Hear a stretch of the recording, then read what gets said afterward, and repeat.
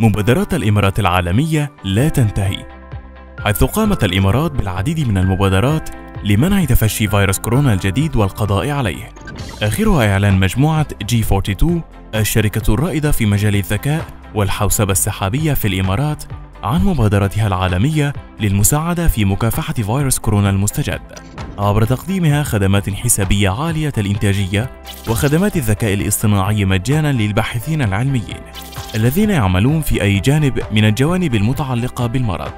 قالت المجموعة أنها ستوفر الكمبيوتر فائق السرعة Artemis مجانا للباحثين في هذا المجال، الذي يحتل المرتبة 26 ضمن قائمة الحواسيب فائقة السرعة على مستوى العالم.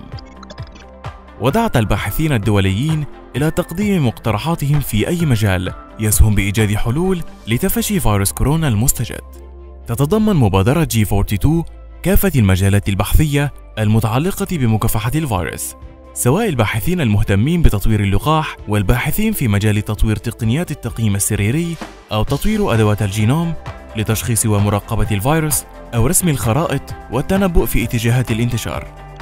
كما وفرت G42 مئات الآلاف من المستلزمات الطبية الأساسية مثل الأقنعة الجراحية والقفازات الطبية والنظارات والملابس الواقية إلى المناطق المتأثرة بكورونا في الصين.